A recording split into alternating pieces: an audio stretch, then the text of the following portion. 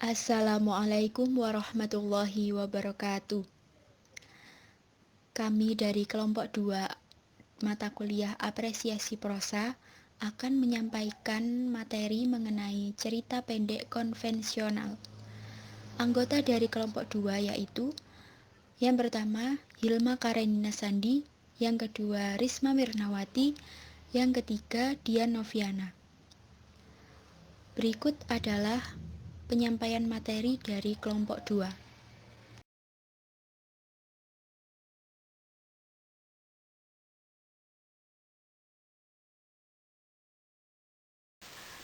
Pengertian cerpen konvensional.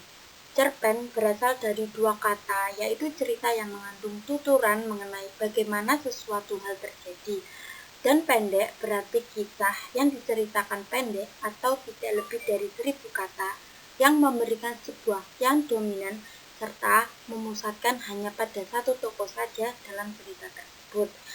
Cerpen atau cerita pendek adalah karya fiksi prosa yang bersifat fiktif dan mengungkapkan satu permasalahan yang ditulis secara singkat dan padat, mulai dari pengenalan sampai akhir permasalahan.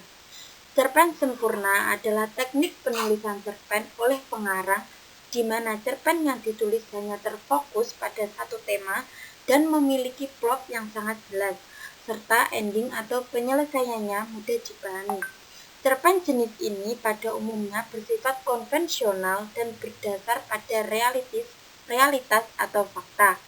Cerpen tak utuh adalah teknik penulisan cerpen di mana pengarang menulis cerpen dengan tidak terfokus pada satu tema atau berpencar.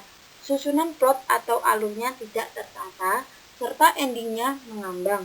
Cerpen jenis ini pada umumnya bersifat kontemporer dan ceritanya ditulis berdasarkan gagasan atau ide yang orisinil.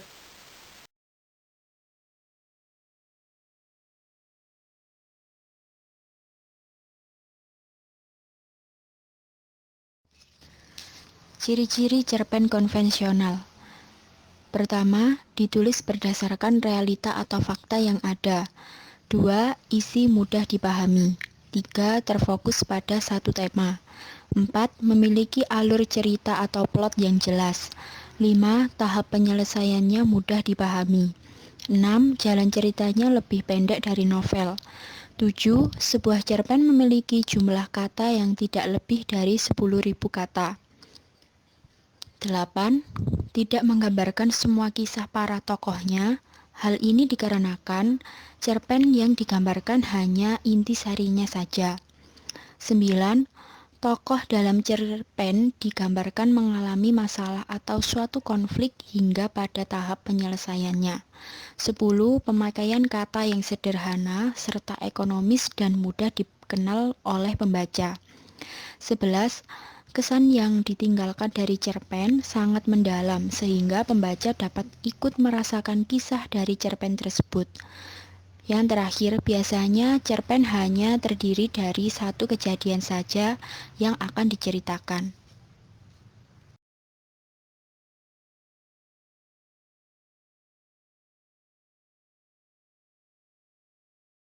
Unsur pembangun cerpen konvensional ada dua, yaitu unsur intrinsik dan unsur ekstrinsik.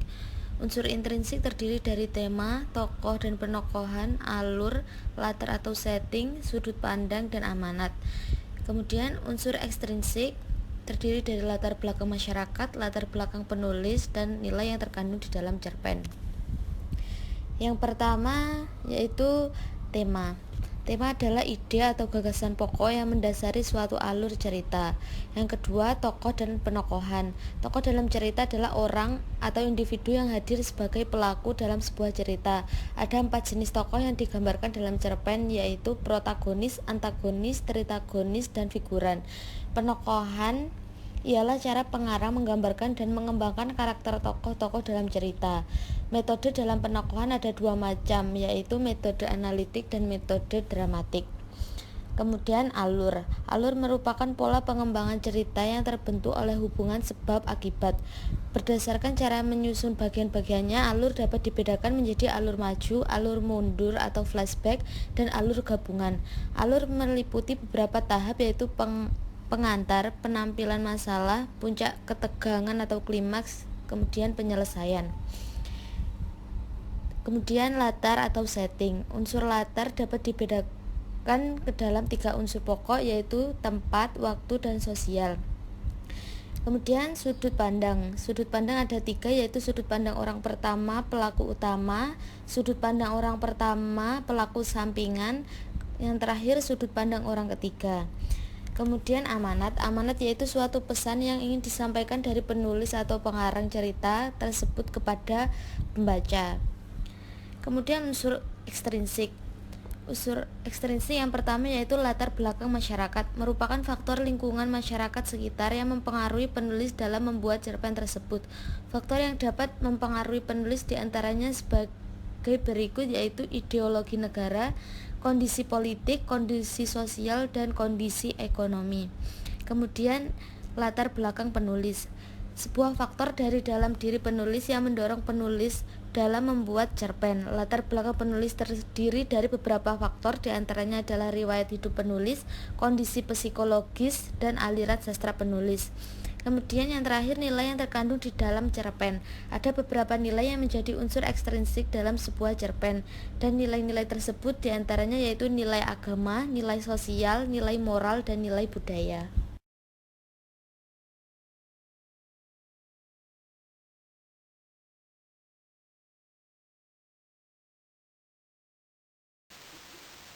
Pengarang dan karya cerpen konvensional.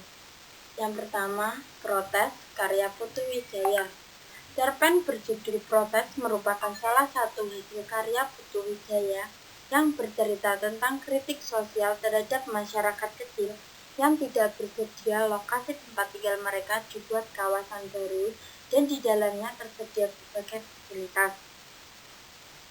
Yang kedua, Serimpi, karya Rohana Handaningrum.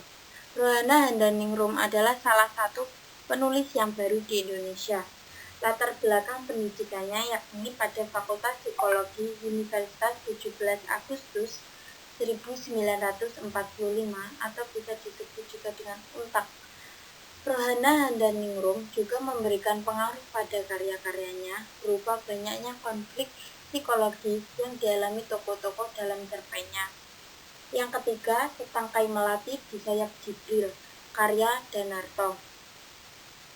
Kesadaran penuh Danarto akan pencarian Tuhan inilah yang menjadikan karya-karya Danarto sangat khas dengan nuansa religiusnya, yang juga sering digolongkan sebagai sastra sufistik.